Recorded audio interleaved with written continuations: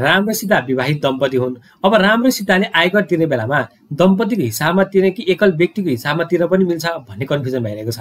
आउनुहोस् आजको यो भिडियोमा राम र सीताको कन्फ्युजनलाई क्लियर गर्दै आयकर ऐन अनुसार कुन व्यक्तिले एकल व्यक्तिको रूपमा कर तिर्ने र कुन व्यक्तिले दम्पतिको रूपमा कर तिर्न मिल्छ त्यसको बारेमा डिटेलमा बुझौँ। आयकर ऐन अनुसार कुनै पनि प्राकृतिक व्यक्तिले एकल व्यक्ति अथवा दम्पतिको रूपमा आफ्नो आय विवरण पेश गर्न सक्छन्। एकल व्यक्तिको हकमा भयो भने पहिलो 5 लाखमा 1% एसएसटी लाग्छ र दम्पतिको हकमा पहिलो 6 लाखमा 1% एसएसटी लाग्छ। अब जो व्यक्तिको विवाह नै भएको छैन उहाँको त एकल व्यक्ति नै भइहाल्यो, त्यसमा कुनै कन्फ्युजन छँदै छैन। कन्फ्युजन कहाँनिर छ भने यदि कोही व्यक्ति विवाहित हुनुहुन्छ भने उहाँले दम्पति गर्ने कि एकल गर्ने भन्नेमा बजारमा धेरै कन्फ्युजन भएको देखिन्छ। सर ट्याक्स कति नै फरक पर्ला र एकल र दम्पति गर्दा 1 लाखले गर्दा कति नै फरक पर्ला भन्ने पनि तपाईँलाई लागेको हुनसक्छ। ल आउनु एउटा क्यालकुलेसन गरेर हेरौँ अनि त्यसपछि एकल रोज्ने कि दम्पति रोज्ने त्यसको बारेमा बुझाउँ। मानौ राम भन्ने एकजना विवाहित व्यक्ति हुँदोरहेछ। उहाँको वार्षिक आम्दानी 7,50,000 रुपियाँ रहेछ स्यालेरीबाट। यदि उहाँले एकल व्यक्तिको हिसाबमा आफ्नो कर तिर्नु भयो भने पहिलो 5 लाखमा 1% को दरले 5,000, बाँकीको 2 लाखसम्ममा 10% को दरले 20,000 र 7,50,000 मा बचेको त्यो 50,000 मा 20% को दरले 10,000 गरी कुल 35,000 रुपियाँ उहाँले कर स्वरूप सरकारलाई बुझाउनु पर्ने रहेछ। अब दम्पतिको हिसाबमा यदि रामले आफ्नो कर तिर्नु भयो भने पहिलो 6 लाखमा त 1% भइहाल्यो भने 6,000 रुपियाँ अनि बाँकीको 1,50,000 सम्म 10% को दरले गर्दा 15,000 रुपियाँ मात्रै ट्याक्स गरेपछि कुल 21,000 रुपियाँ ट्याक्स तिरे पुग्ने रहेछ भनेपछि यही राम भन्ने विवाहित व्यक्तिले एकल व्यक्तिको रूपमा कर तिरे 35,000 रुपियाँ तिर्नुपर्ने र दम्पतिको रूपमा कर तिरे 21,000 रुपियाँ कर तिर्नुपर्ने देख्दा हेर्दाखेरि 14,000 को यहाँ बचत भएको देखिन्छ। यही कारणले नै 1 लाख रुपियाँको एक्स्ट्रा छुट पाइन्छ र त्यो 1 लाख रुपियाँले पछिको लेभलहरुमा अलिकति अझै राहत दिन्छ भन्ने हिसाबमा विवाहित व्यक्तिहरूले दम्पतिको रूपमा कर तिरेको देखिन्छ। तर कुन केसमा दम्पति सेलेक्ट गर्न मिल्छ, कुन केसमा एकल सेलेक्ट गर्न मिल्छ यसको बारेमा क्लियर अन्डरस्ट्यान्डिङ भने मिसिङ भएको देखिन्छ। जस्ट बिकज कोही म्यारिड हुनुहुन्छ भन्दैमा उहाँहरूले आयकर तिर्ने बेलामा कपलकै हिसाबमा ट्याक्स तिर्नुपर्छ भन्ने छैन। उहाँहरूले इन्डिभिजुअल बेसिसमा पनि ट्याक्स तिर्छु भन्न पाइन्छ। सर के हो सर यो इन्डिभिजुअल र कपलको बेसिस भनेको के हो र यसले के फरक पार्छ त्यसको बारेमा बुझौँ है त। राम र सीताले आफू म्यारिड भएको कारणले कपलको हिसाबमा ट्याक्स तिर्न पनि सके हैन। हामी त फरक फरक व्यक्ति हो है, राम फरक व्यक्ति हो, सीता फरक व्यक्ति हो भनेर फरक फरक व्यक्तिको हिसाबमा ट्याक्स तिर्न पनि सके। फरक फरक व्यक्तिको हिसाबमा ट्याक्स तिरे भने रामको आम्दानीमा छुट्टै ट्याक्स लाग्ने भयो, सीताको आम्दानीमा छुट्टै ट्याक्स लाग्ने भयो र कपलको हिसाबमा ट्याक्स तिरे भने राम र सीताको दुवैको आम्दानी जोडिने भयो। राम र सीताको आम्दानी जोडिएर एउटै आम्दानीमा अब बल्ल कर लाग्ने भयो।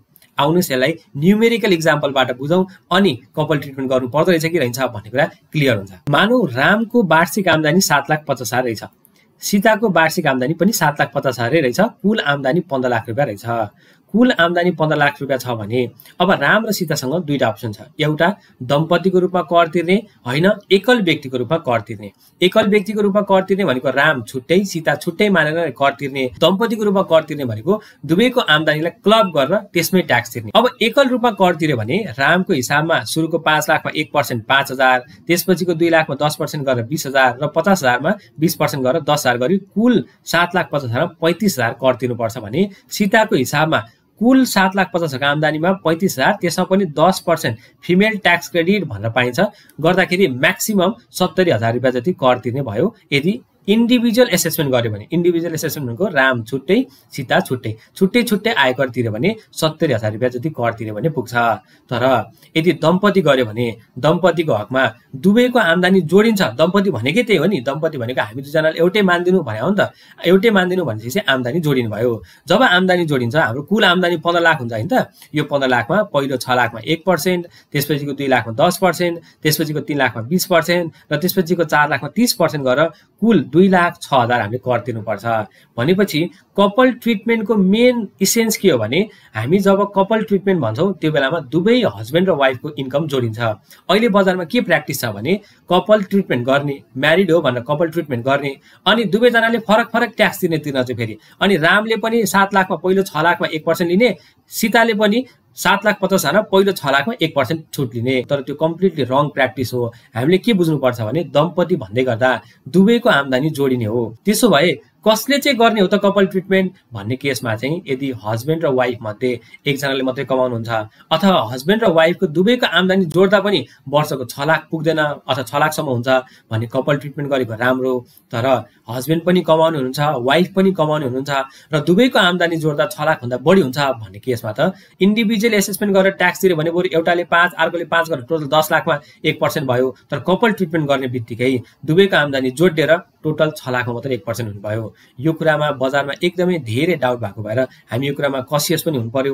आजको दिनमा यस्तै धेरै समस्या नदियो भने भविष्यमा जसले कपल ट्रिटमेन्ट गरेर हस्बेन्डले पनि 6 लाखको छुट वाइफले पनि 6 लाखको छुट लिनु भएको छ भने that is completely wrong practice. यो कुरालाई चाहिँ हामीले सुधार्नुपर्छ। त्यसैले क्रक्समा विवाहित हुनुहुन्छ भन्नेमा कपल ट्रिटमेन्ट कम्पलसरी हो भन्ने चाहिँ होइन, तपाईले आफूले सिलेक्ट गर्ने हो।